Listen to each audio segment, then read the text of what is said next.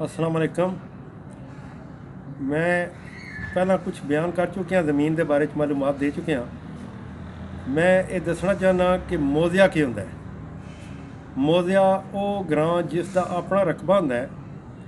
इसका एक नक्शा होंदा है इस ग्रां का, जिस दे विच पूरे ग्रां दियां ज़मीनां दे खसरे नंबर होंदे न।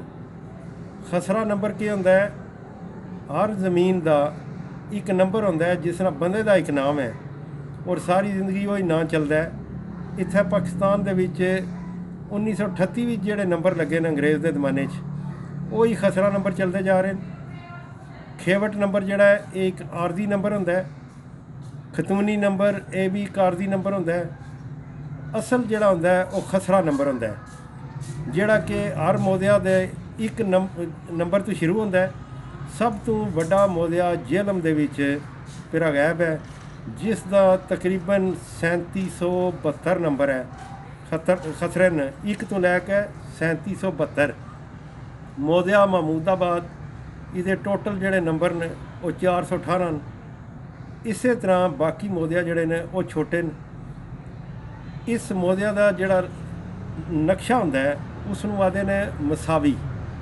वो मसावी होंदी है मुहाफिज़ खाने च।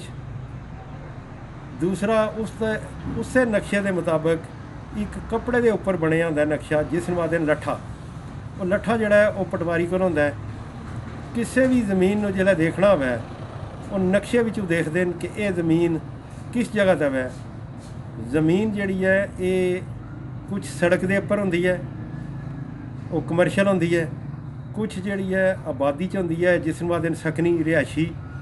कुछ ज़री ज़मीन होंदी है और कुछ जिहड़ी है बाद इलाकों पहाड़ च होंदी है। बाद इलाकों दरिया वगैरह बंजर न, बेला है वो बेले च होंदी है।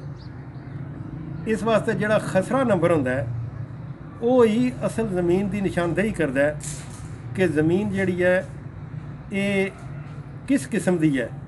खसरे नंबर दे विच उसकी लंबाई, चौड़ाई, उसका रकबा, उसका नंबर, ये सारिया चीज़ां उत्थों पता लगता है। और नाल ये पता लगता है नक्शे विचों कि ये है किस जगह तक है। जोड़ा खेवट नंबर है ये एक ग्रुप होंदा है, जिस तरह कि कोई एक क्लास होंदी है, 7वीं क्लास है जी, 8वीं क्लास है। हर क्लास दे विच 40-50 बच्चे होंदे न। लेकिन अगर उस क्लास का खाली कह दिता जाए कि फलां क्लास के बच्चे, तो वो कोई पता नहीं चलता कि वो केड़ा बच्चा, जिस एक बच्चे का निशान पे लाते हैं। लेकिन जिस वक्त बच्चे किसी का नाम बोलिया जाए तो फिर पता चल जाता है, हाज़री बोलता है उस्ताद, पता लग जाता है कि फलां बंदा है। इस तरह किसी भी मौज़िया दे विच अगर किसी खसरे का नंबर बोलिया जाए तो वो पता चल जाता है कि ये केड़ा नंबर है।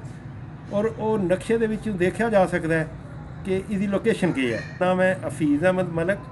हफीज़ प्रॉपर्टी एडवाइज़र के नाम तो मैं जेहलम च काम करना।